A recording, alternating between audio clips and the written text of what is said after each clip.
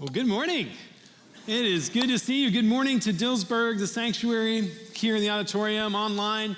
My name is Bob. Just want to, there's a couple things to start off with. One is, yesterday we were able to host a conference for the Nepalese church in this area, but also Nepalese churches from Texas, 2 of them from Ohio. Many of you know that on Sunday mornings down in the MPR or youth space, our Nepalese church meets here every Sunday morning, and they have become such a wonderful brothers and sisters as we continue to seek the Lord in very different languages and situations. But yesterday, they were able to be here to celebrate a conference, and many of you, people from all 3 of our campuses, showed up to just welcome and usher them around the building and show them where to go. And so if you were part of that, thank you so much for your investment, your involvement in that. It was a true beautiful representation of what I believe we're all going to experience at some point when people from every nation, tribe, and language come together and celebrate the risen King. And I got to see just a little bit of that yesterday as I sat in a service and didn't understand a single word, and yet the beauty and the movement and the celebration was palpable. So grateful for that. The second thing, as we get going today, just want to make sure that you're all aware of where we're going through the next 3 hours, is that we're continuing our conversation in 1 Corinthians that deals with marriage and sex and that kind of topic. And if you're a parent and you're sitting here and just hearing that, going like, oh my, I was not expecting that.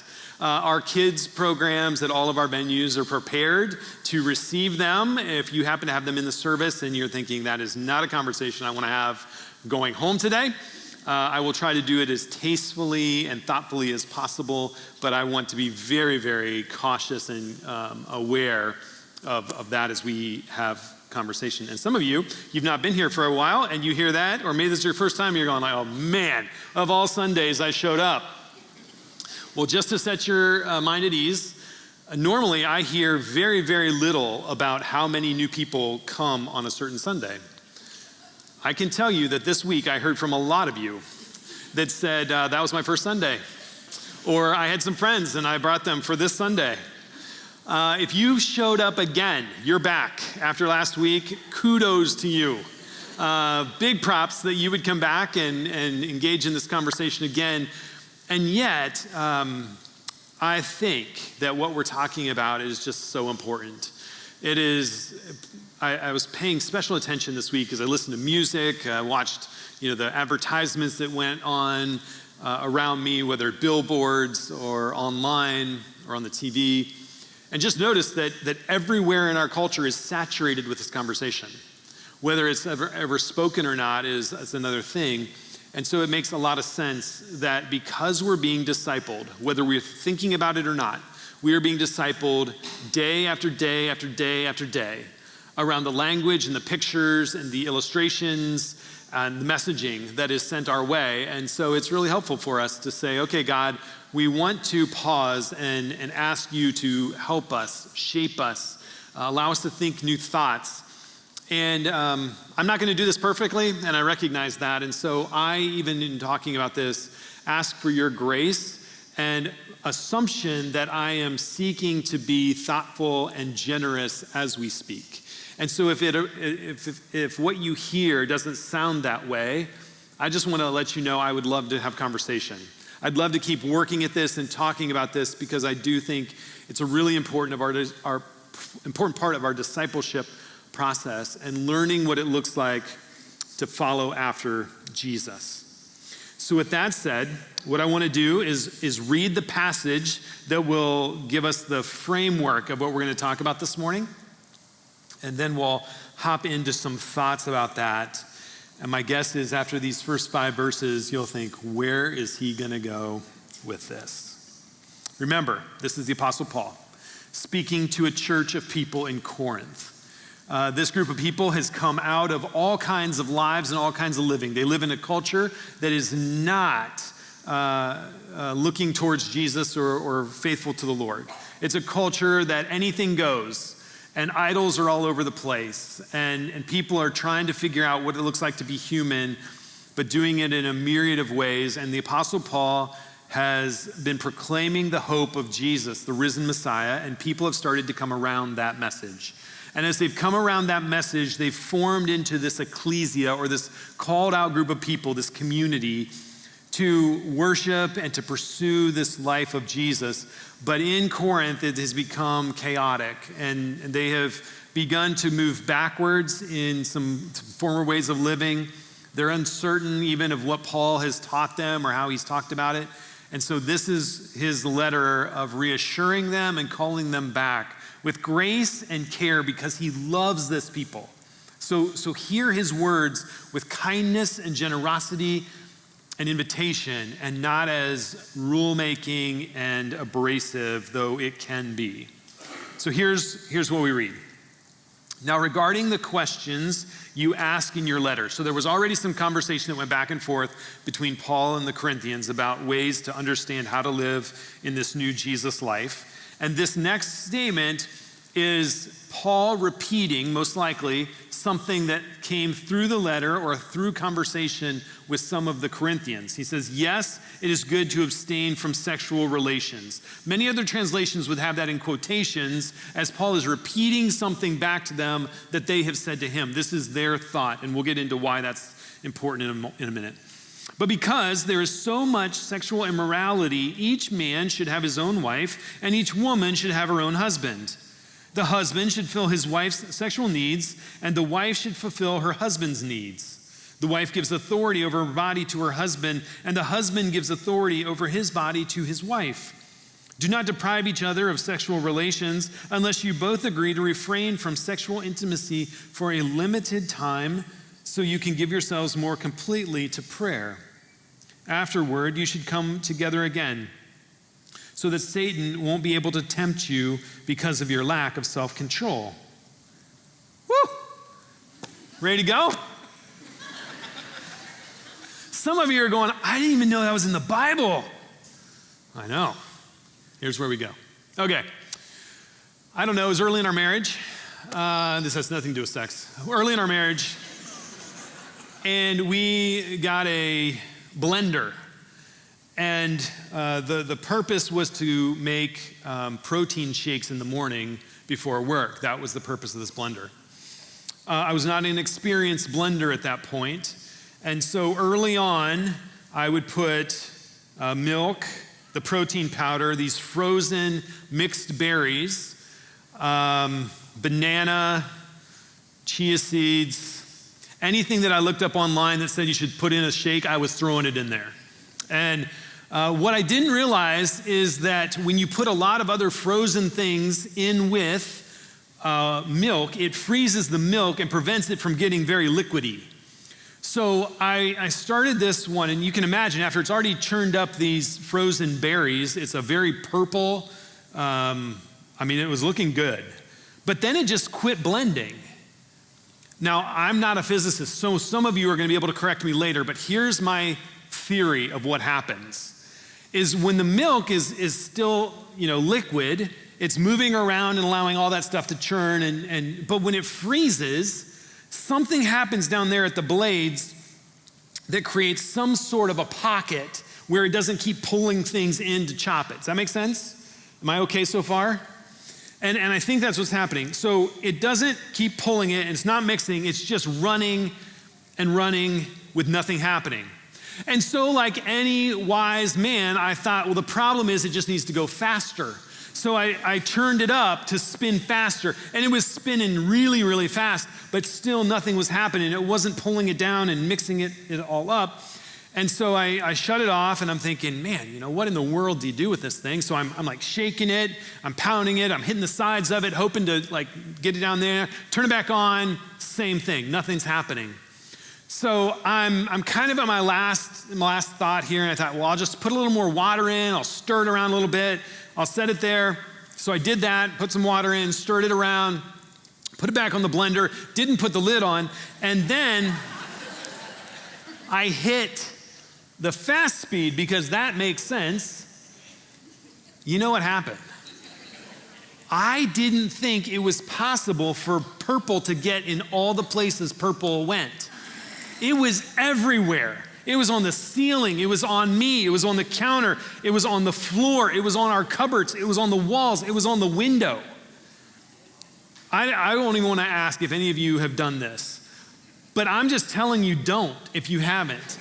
It makes the biggest mess. Now, if you've ever had a situation like this, my guess is you've had some sort of a situation where the mess was so big that, like me, you just left and was hoping that your wife would clean it up when she got home. I'm just kidding. I wouldn't be here to tell that story if that's what I had done. But when you start looking around and you see all the mess that's there, the question is, where do I even start? Like, I don't want to do this. I don't want to have to figure out how to clean it all up. I don't want to have to figure out, am I going to have to repaint my ceiling because purple juice is on it now?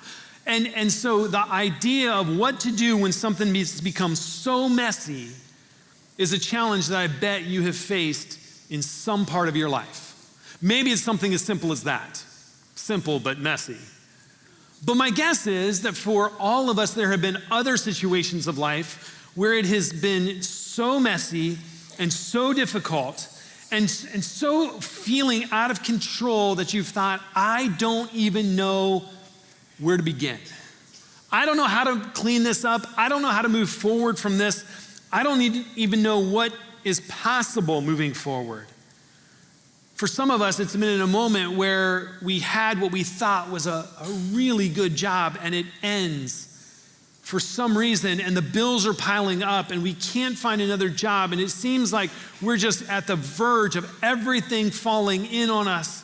And we don't know where we're going to live, and we don't know how we're going to pay the bills, and we don't know how we're going to care for all the concerns around us, and it feels like, how do I even begin to start again? For some of you, it's been a result of things that maybe you're responsible for. Maybe it's a DUI. Maybe it's an affair. Maybe it's a divorce.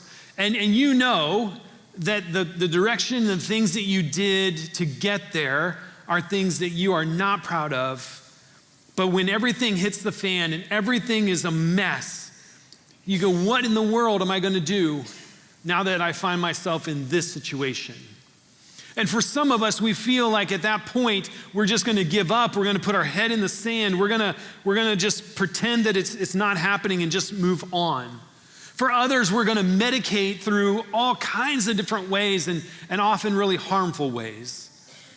But there are some that say, you know what, I'm in this situation and the reality of this mess is such that I'm going to put my head forward and I'm going to take one step today, the only step that I know I can take, and you begin a journey towards healing and redemption and restoration. I want that picture to be in your mind because I believe this is what the Apostle Paul is dealing with. He's dealing with a group of people that he loves so dearly. This group of people that he's invested in for a year and a half, he's invited them to consider what it looks like to follow after Jesus. He's invited them to step out of the life they used to know into a new life that is full of the presence of God through the power of the Holy Spirit, proclaiming the glory and the joy of Jesus Christ, the risen Savior. And you can imagine, just put your imagination there. If you were somebody that cared so deeply for that group of people, you would want to do anything that you could to help them, to care for them, to speak to them, to uphold them, to encourage them, to walk alongside them. And I believe that's exactly what the Apostle Paul is doing. He knows Corinth well. He knows the situation in Corinth. He knows the chaos of Corinth. He knows the ways of life that are taking place in Corinth. And so Paul is grabbing a hold of all this stuff, this big mess that's all over the place, and he's reaching out to this group of people and saying, I want to help you take the first step to begin to walk into this newness of life and make sense of the chaos that is all around you.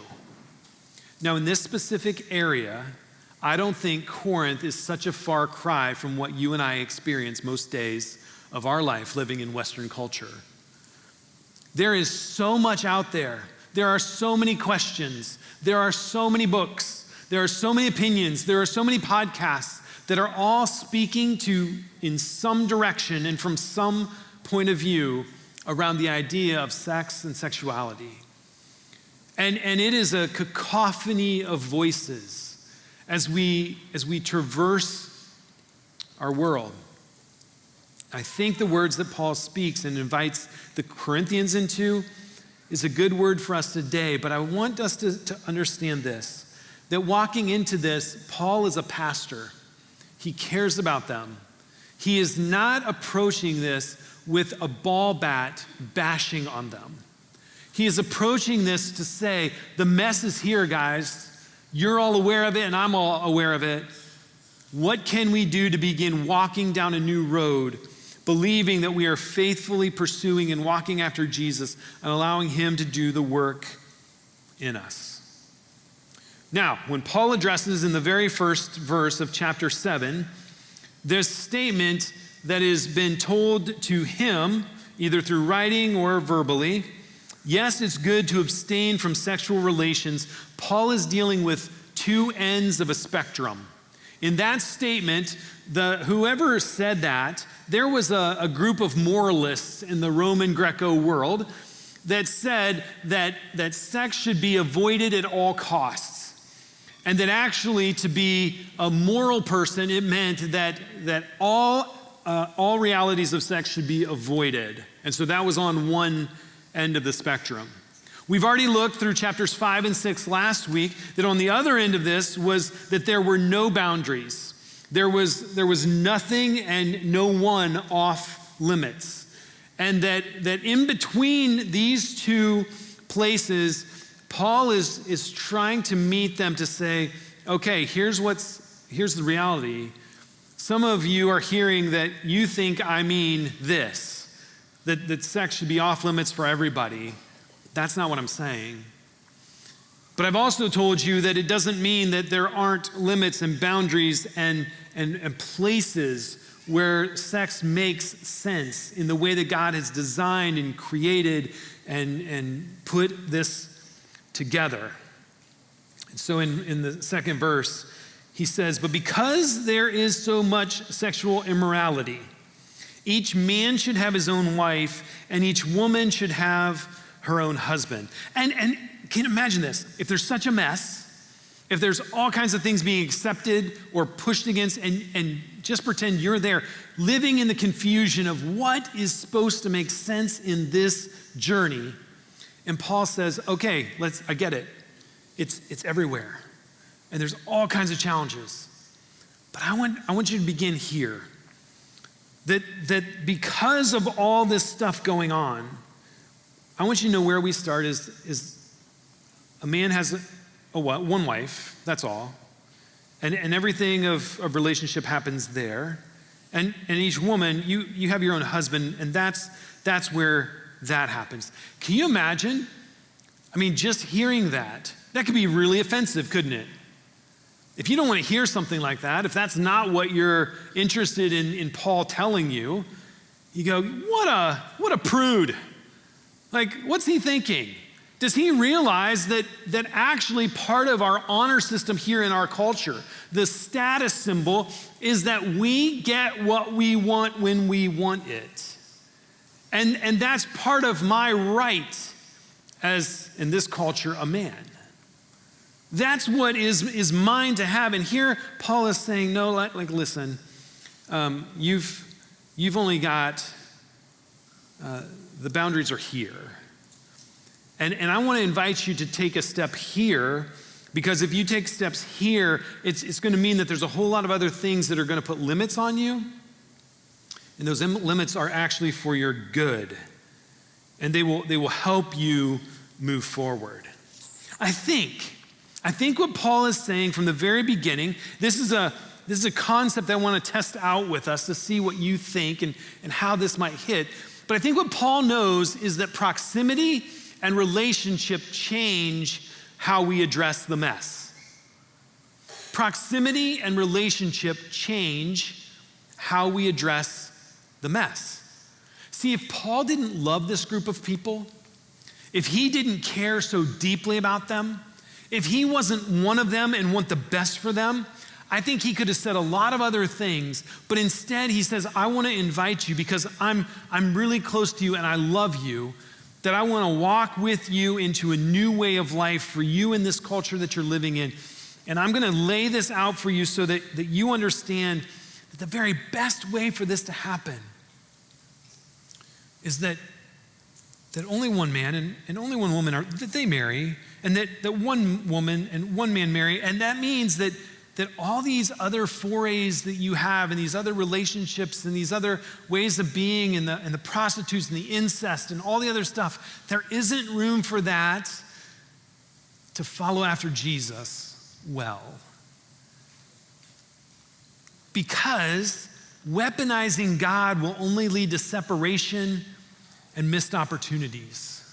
And I want to pause here and say, what do I mean by weaponizing God? Because that sounds kind of like an oxymoron. But it means using God to clobber one another. Because remember, one of the other really important pieces in Corinth is how do we live in unity, in appreciation, and caring for one another.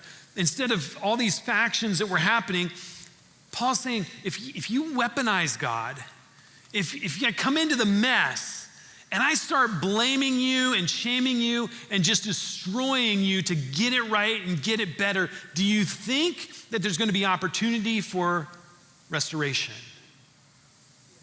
I don't think so. Paul says what we have to do is because I belong to you and you belong to me, we're going to walk in this together, and I'm going to come near you and be with you, and we're going to walk it and figure it out together. And I'm not just going to use God to destroy you. In some ways, if we were looking at Exodus chapter 20, when it talks about using the Lord's name in vain, I think this is a little bit of what is being talked about in that passage.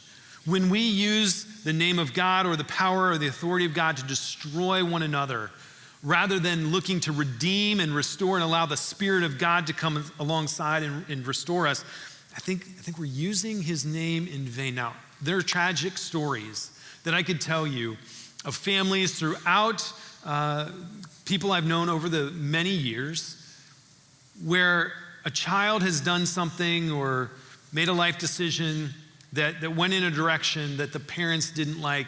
And when it came to this, they chose this. And it destroyed the relationship. And it set them out all on their own to figure it out because they didn't know how to come alongside them. They maybe didn't have the resources internally to say, oh, child, this is not the path that is good for you. But rather than weaponizing and pushing you out, I'm coming alongside to help you know what can happen. And what I know in our community, I'm sure, is that for some of us, we know the pain of having God weaponized against us. We know the pain of someone who they weren't willing to come and move toward us and get close to us in proximity and relationship, but they were very clear with their words that you or I were a mistake or a failure or didn't have a place. And whether they meant it or not, it felt like God himself was being weaponized and used against us. And the idea of restoration and redemption was never on the table. I've so appreciated this statement from Deb Hirsch. She says, when you invite the messiness of broken humanity, you also invite amazing grace. This, I believe, is exactly what Paul is doing in the midst of the purple juice all over everything. That he's coming alongside them and saying, actually, guys, this is so messy. There's so much going on. But I want you to know that that's not the end of the story, because I'm coming alongside you because I believe in who you are. If you remember, and you might forget this, and you might need to go back at it and look at it, but 1 Corinthians chapter 1, Paul lays out how much he cares about this people. He reminds them of who they are as children of Jesus Christ. He reminds them that they are worthwhile and that they have value. He reminds them that even though their actions are chaotic and all over the place, that they have been bought with the price of the blood of Christ. And they are his, and he's inviting them to live into that story, to be changed by it, renewed by it, and restored by it. I think when Deb grabs a hold of that and says, this is a picture where amazing grace happens, this is what I need. And my guess is this is what you need. We need to be in places where the mess of our life is brought into a community of people that instead of rebelling against us and pushing us away, invite us to consider what it might look like to walk after Jesus. If we keep going, Paul says the husband should fulfill his wife's sexual needs, and the wife should fulfill her husband's needs. We might read that and think, well, what's the big deal? It is so counterintuitive that the Apostle Paul would give agency to women in that culture. In any other writing in the ancient world, guess who got priority? The men. It was everything about the men. The women did not have a voice in this. They didn't have a say in this. Women were seen as incubation stations, right? This is the important thing, was that they would have babies for the men. And ultimately, they would have babies the babies could then be male babies so that they could be part of the military. This was the hope. This was the expectation. And so don't miss this, because this is so important in Paul's writing. I have read books and I've heard people talk, and I've listened to podcasts that talk about Paul being this paternalistic, kind of demeaning character. And he's not. He's helping to frame a new way of life that says women have agency. And that this really matters in a relationship that is co-equal, in one that we are best when it's together, in a marriage relationship that it's best when it's together. And there is not this hierarchy of a man getting what he wants no matter what, and if he doesn't get it all in the marriage, he can certainly go outside of it and get what he wants, because that's the expected way. And Paul says that's not the way of Jesus. Because here's what is in the background playing for Paul, is he has a picture of covenant that doesn't start with marriage. Paul's picture of covenant, which he will then kind of work toward and talk about within marriage, but his picture of covenant comes from the covenant God made to his people. And so in many, many places, but Ezekiel 16:8 says that when I passed by again, this was a message that Ezekiel's giving about God, I saw that you, the Israelites, were old enough for love, so I wrapped my cloak around you to cover your nakedness and declared my marriage vows. I made a covenant with you, says the sovereign Lord, and you became mine. If you read throughout the Old Testament, you will see time and time and time again where the writers speak about the marriage of God to Israel, and that this covenant people who went all kinds of sideways and worshiped idols and went away from God and turned their back on him, but he did not stop with his covenant love. He kept moving toward them and drawing them and wooing them, and yes, punishing them and allowing them to experience the consequences of their behavior, but all the while never forsaking what he had promised to them. In the New Testament, in the book of Ephesians, it says this, Paul was writing again, husbands, love your wives just as Christ loved the church and gave himself up for her, to make her holy, cleansing her by the washing with water through the word, and to present her to himself as a radiant church, without stain or wrinkle or any other blemish, but holy and blameless. There's a picture that the Apostle Paul paints that if people are to be married, and that's not the only option, we're going to go there in just one second, that if that's the case, it is the picture of what Jesus does with the church, presenting it to be holy and beautiful. And this is what is to happen within any of us that take a marriage vow and covenant is that within that covenant, my wife would be more beautiful, more Jesus-like because of the relationship we have together. And likewise, I would be a more beautiful follower of Jesus because of the sanctifying work of my wife within our marriage, that this is the picture that Paul paints. Now, then we live life, right? And we go like, wow, that's a high calling. That's a challenge. It is.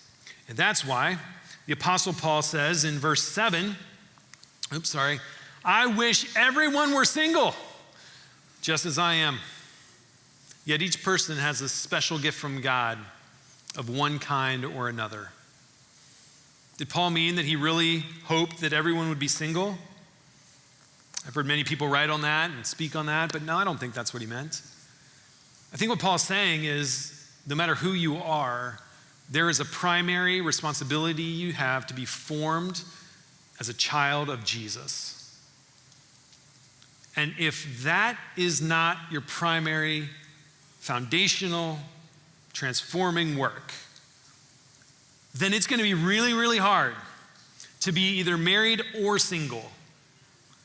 That in both of those, and let me just say this is kind of a tangent, but let me say this. For Paul, marriage and singleness are both positions of beauty within relationship with God. That sometimes in Christian circles, we've talked about marriage as kind of this ultimate, and if you're single, that's kind of a subset. And that is absolutely wrong in every sense of the way it's been explained. That if you are married and you've taken a covenantal vow to your spouse, then Paul would say, then live into that fully. Yes, you will have other responsibilities, you'll have other things that you have to take care of that a single person doesn't, but allow your marriage to be a reflection of the beauty of Jesus Christ. But if you're single, don't expect that the way forward is to get married. Paul would say, no, what you've been given and invited into is to be sanctified by the Holy Spirit, transformed and changed, and so that your life reflects the glory of a God that you are fully devoted to in every aspect of your life.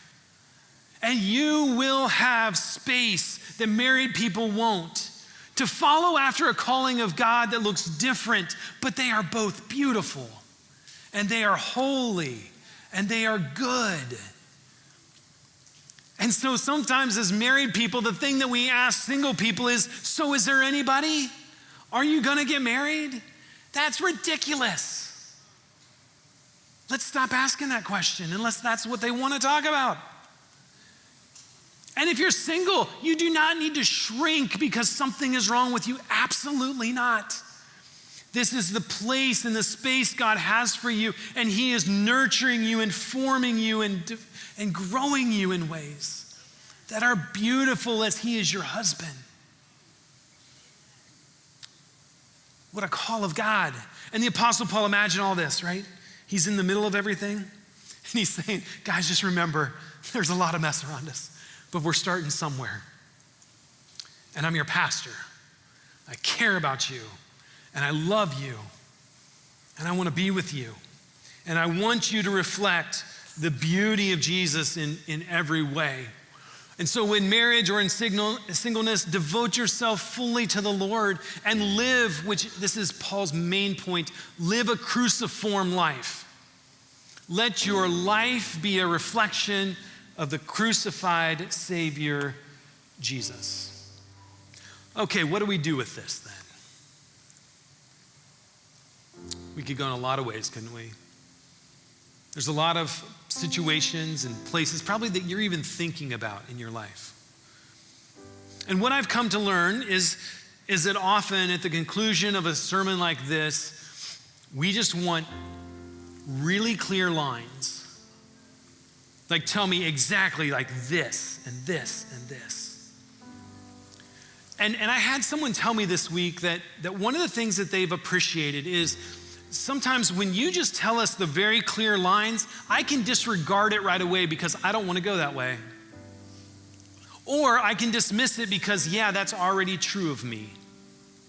And this is what they said. But what I've learned is that I've substituted my own growth in what God is doing in me and what his Spirit is forming in me. I'm just simply living it through what you're saying. And I'm not actually pursuing Jesus to say, Jesus, am I following after you? Have I sacrificed all of myself to you? Have I allowed you to come into every crevice of my life, every moment in space and relationship and place? Have I allowed Jesus to do that so that I can be transformed in his likeness?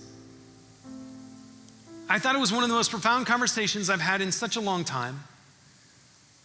For someone to acknowledge that and recognize that and say, I have abdicated the voice of God in my life for your voice. And I thought, I had a lot of other things to say at the end, but I thought, that's probably a really good word for us. I think this is the word that Paul had for the church. Oh, there are boundaries. There are ways forward.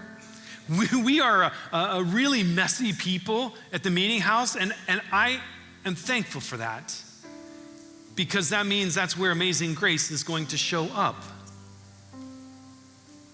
And I don't know what God is doing in you. I don't know what he's sparking in you. I don't know what he's asking you to consider or calling you to. My guess is that for some of us, we are crystal clear. We know some things about ourselves. We know some paths we've gone down that are not healthy or holy. And we need the healing power of Jesus, not to condemn us, but to come and kneel beside us and help us walk forward into a new life. If that's your case, know that you have a Savior who desires to do that. Some of you are questioning all kinds of realities within your sexuality, and you say, the thing that I know is that the church is the last place that I ever want to ask these questions, because I've been bombarded and destroyed when I've attempted to do so. I'm so sorry.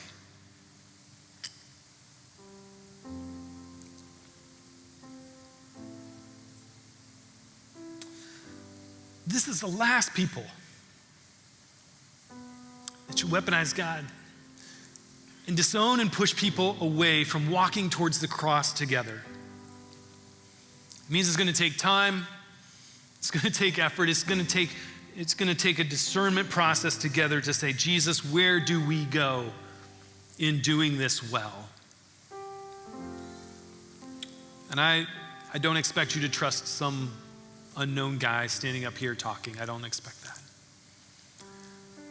But I want you to know that I know a lot of people that are part of the meeting house who would love to talk to you, to walk with you, to listen to you, and to let you know that you have a God who is deeply passionate for you, and he wants to walk into whatever mess you might feel like you're in and walk it with you. And for some of you, you've been on this journey a long time, and God has done such good work in you.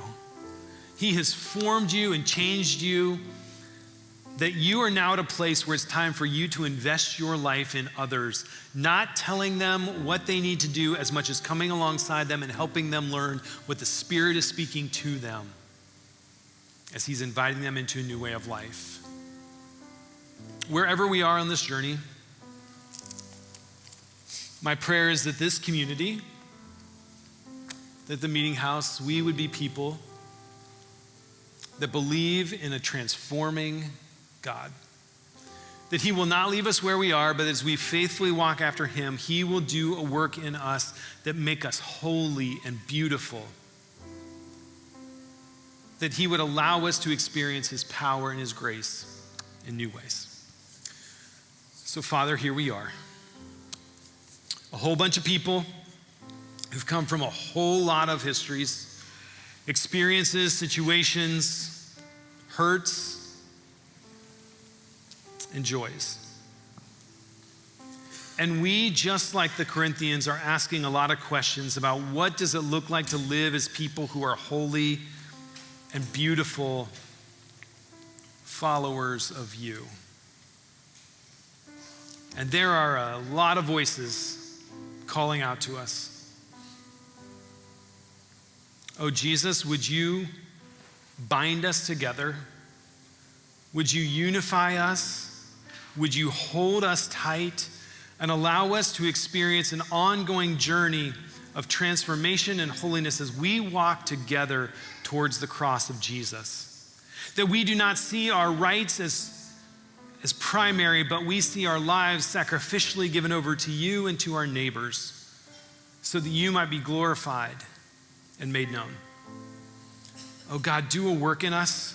Do a work in the meeting house that brings you glory and honor, and that we would be contrite, we would be humble, we would be available for whatever that work may need to be.